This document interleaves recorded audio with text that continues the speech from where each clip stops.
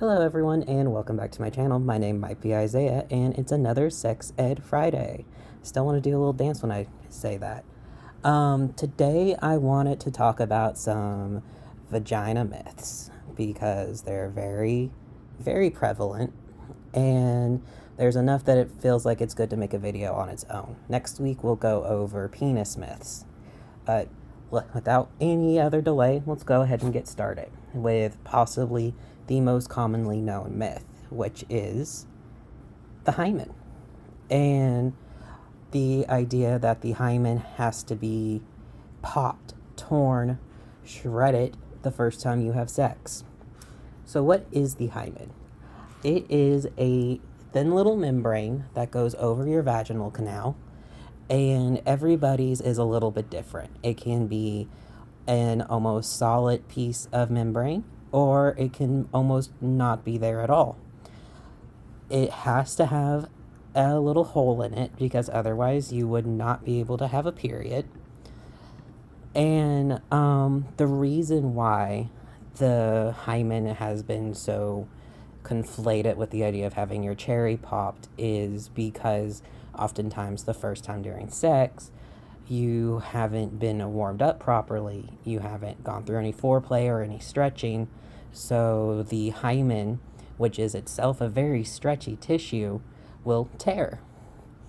And how do you get around that? Well, foreplay, typically. Digital penetration, that sort of thing. If you use tampons regularly, then it has also been stretched over time. Any vigorous activities like gymnastics or horse riding can also cause the hymen to already be stretched out. And over time, if you have been digitally penetrated in one way or another, or you've been used to exercise that would have caused it to be stretched out, it will gradually begin to tighten up again if you aren't doing it. So, say you're a gymnast and you have to be in bed for a year or more, then after you have finished recovering, your hymen will likely be back to how it was in its original shape. And the hymen has been a very dangerous myth because of the whole chastity thing. Men didn't understand, and I'm using men as a very general human term, but people didn't understand that the hymen was something that wasn't a solid piece of tissue, that it could be stretched and then go back for anything, not just sex or any sort of vaginal penetration. And that I think is maybe the most harmful myth because it is actually a fetish for some people to have that hymen tearing pain, and it's just not necessary. It causes a lot of stress in younger people with vaginas, that the idea that your first time is supposed to be painful, and it just doesn't have to be if you do any regular foreplay, any regular stretching.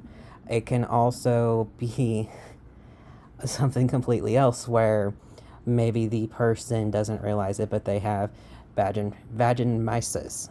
I'm sorry if I'm not saying that correctly, but this is actually a condition that people with vaginas can have where they experience an involuntary contraction of the vaginal muscles. Your pelvic floor, which is everything that kind of surrounds the vagina, will tighten up so much that it has difficulty, anything has difficulty entering from a tampon to a penis. You can find it extremely painful, burning, stinging, and if penetration does become possible, it can leave deep, deep pain afterwards. I'm tying this in with the hymen because I feel like this isn't something that's talked about enough, as well as the idea that a person with a vagina needs the extra foreplay because, fun fact, the vagina is able to loosen or tighten over time. There is this myth about the idea that the more you have sex, the looser you're going to be. And some people conflate that so far as to if you use tampons regularly or sex toys regularly, anything, any penetration to your vagina, be it for medical care, self-pleasure, anything, will cause you to loosen up over time. And there's this idea that the tight vagina, is the end all be all. I am asexual. I don't understand that entirely, but I just want to mention that that's a stereotype. But the reality is the vagina is able to expand and contract. And one of the best ways, if you are interested in exploring sex with vaginal penetration, is to spend time with foreplay to warm them up. That way, the muscles can try and loosen. And if your partner has any, or yourself has any issues with penetration, then you will know that more ahead of time and can potentially seek other methods of self pleasure or pleasuring your partner or dealing with your period. Because I don't know about y'all, but when putting a tampon in hurts, I'm not going to want to do that. And I will seek out other methods to control the monthly flow. Talking about tightness, though, there's actually this myth where Eastern Asian women, especially, get stereotyped as having a tighter vagina. And again, for one reason or another, this idea of tightness has been dedicated as the end all be all of sexual pleasure for people with penises. And I just wanted to go over the stereotype for just a second, because the stereotype most likely comes from when white people were encountering Asian women for the first time, and it was usually in the idea of military and sexual conquests, so be it from sex trafficking or from invading Eastern Asian countries. The women were not very prepared for a sexual experience, therefore they were tighter, and it was more painful for them because they were being assaulted, but it was more associated with more pleasure for the assaulter. So that's very likely where the myth has come from. There's also been myths about East Asian women having, or East Asian vagina havers, though again, when we're talking about stereotypes, it usually defaults to the cis het. So East Asian vagina havers having a horizontal vagina instead of the actual presentation of a vagina. And sometimes it even goes so far as to horizontal butt, which makes no sense. But this is something that some people do actually believe, and so I'm putting this in here. East Asian people have the same parts that we do, and East Asian people do not necessarily have tighter vaginas.